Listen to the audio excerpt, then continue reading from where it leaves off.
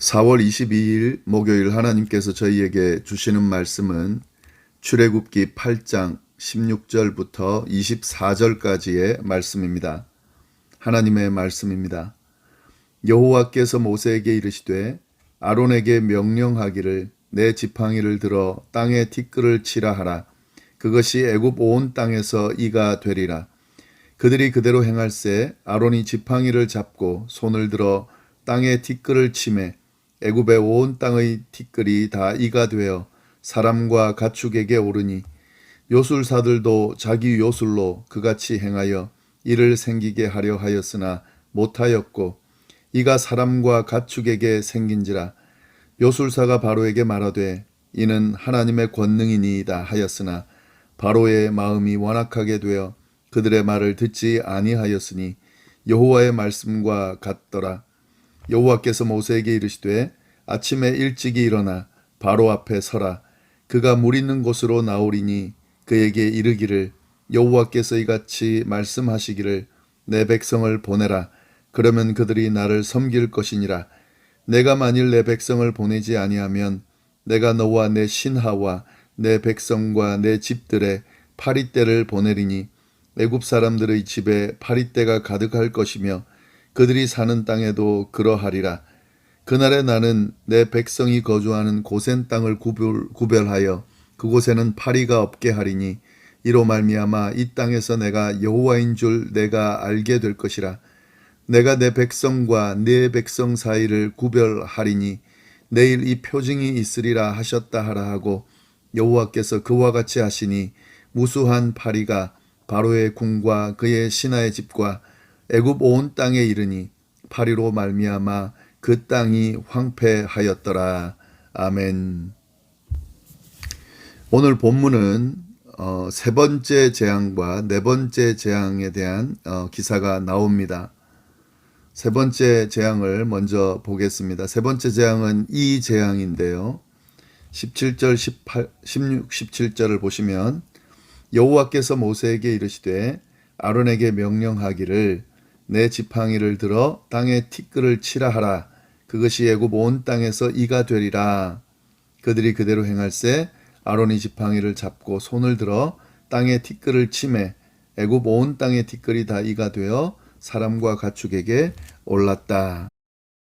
네, 세 번째 재앙이 어떤 건지 잘 이야기하고 있는데요. 여호와께서 모세에게 명령을 하죠. 아론이 그 지팡이를 들어서 땅에 티끌을 치면 이가 될 거다라고 명령을 하고 아론이 그대로 행하는 그런 내용이 나옵니다. 이 세 번째 재앙이 갖고 있는 특징이 있습니다. 그 특징을 좀 보면은요. 이 첫 번째 재앙과 두 번째 재앙하고 좀 다른 것이 세 번째 재앙은 바로에게 어떤 경고도 하지 않고 임했다 하는 거죠. 예, 첫 번째, 두 번째는 바로에게 가서 설명을 합니다. 그리고 너가 만약에 이 말을 듣지 않으면 이런 재앙이 임할 거다라고 설명을 하는데 이 세 번째 재앙에는 그런 내용이 없어요. 바로 모세에게 명령하고 아론에게 이야기해서 아론이 바로 그걸 이행을 합니다. 아마도 이것은 그 두 번째 재앙에서 바로가 자신이 약속한 것을 지키지 않았기 때문으로 볼 수 있는데요. 두 번째 재앙, 개구리 재앙 때 바로는 그 모세를 불러다가 빨리 이 좀 해결해 달라고 그러면은 내가 너희 백성들을 보내겠다고 약속을 했는데 그 약속대로 모세는 했는데 그런데 바로는 지키지 않은 거죠. 그래서 바로 이런 급박하게 세 번째 재앙이 일어난 것으로 볼 수 있을 것 같습니다. 그리고 세 번째 재앙의 두 번째 특징은 뭐냐면 이 물이 아니라 이제 땅에서 일어난 재앙이라는 거예요. 첫 번째, 두 번째는 나일강이 피로 변하고 그리고 그 나일강에서 개구리가 올라오고 하는 그 물에서 일어난 일인데 이 세 번째 재앙은 땅에서 일어난 재앙이다 하는 거죠. 이 애굽 사람들에게 있어서 땅은 그 게브라고 하는 신, 그 신의 몸으로 생각을 했습니다. 그래서 신의 몸에서 자라는 그 양식들을 먹으면서 자기네들이 산다. 예, 이렇게 생각을 하고 있었는데요. 그런데 그 자신들을 먹고 자라게 하는 그 몸에서, 그러니까 몸인 땅에서 이가 나왔다는 거예요. 그 땅의 티끌이 이가 되어서 자신들의 도리어 피를 빨아먹는 상황이 됐다 하는 거죠. 이것이 이제 세 번째 재앙이 갖고 있는 또 의미인데요.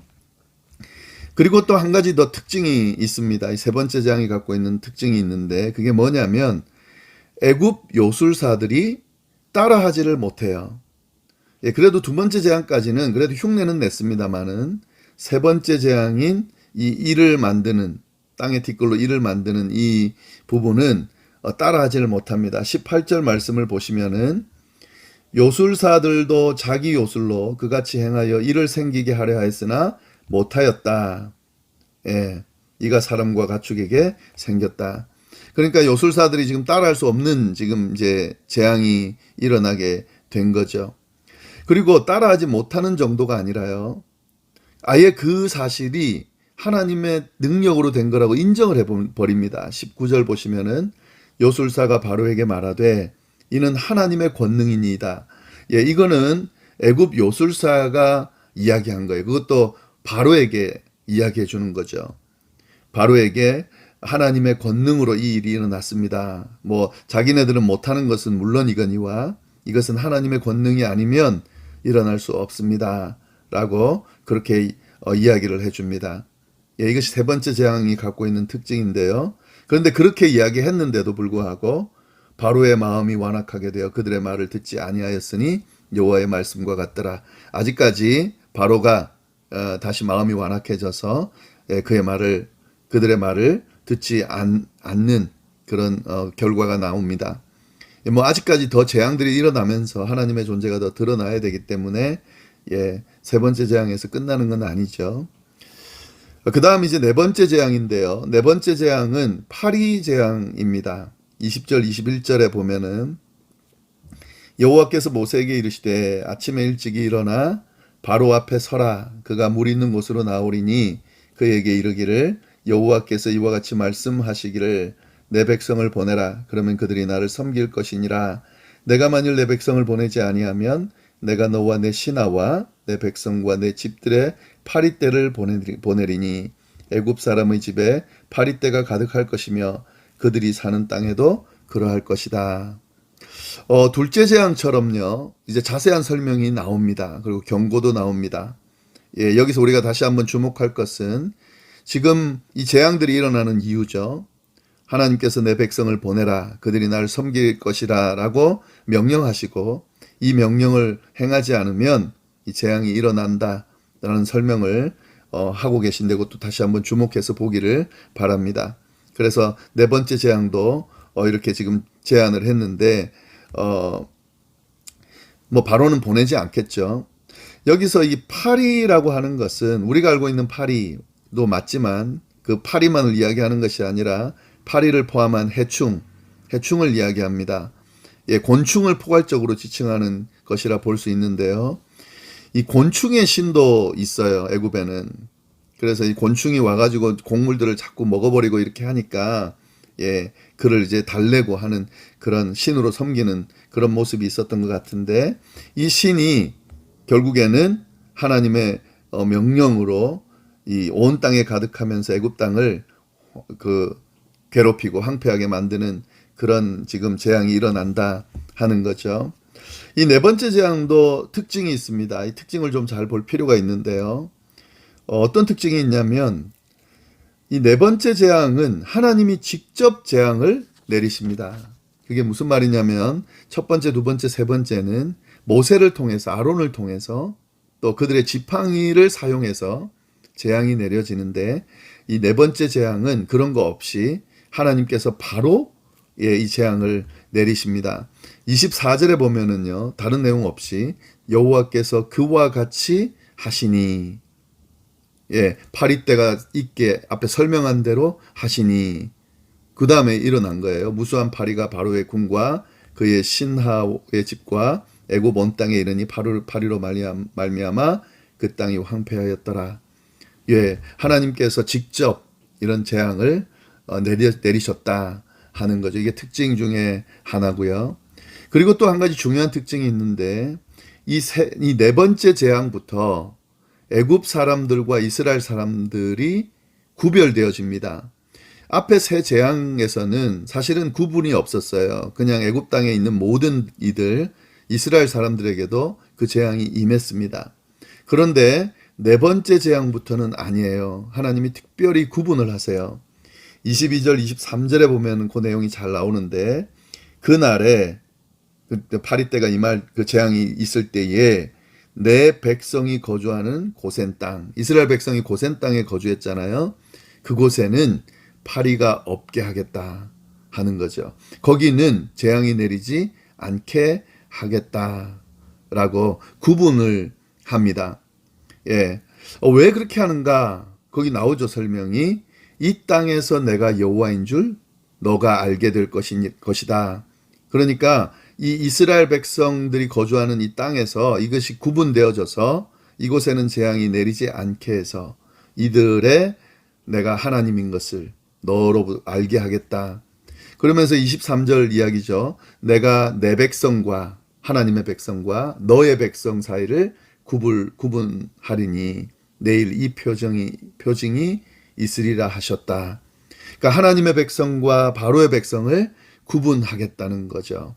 그리고 하나님의 백성이 있는 이스라엘 땅에는 재앙이 내리지 않게 해서 이 표징을 통해서 내가 이스라엘 백성의 하나님이라는 것을 알려주겠다라고 이게 하나님이 아예 말씀을 하십니다. 그리고 정말 그런 일이 일어나죠.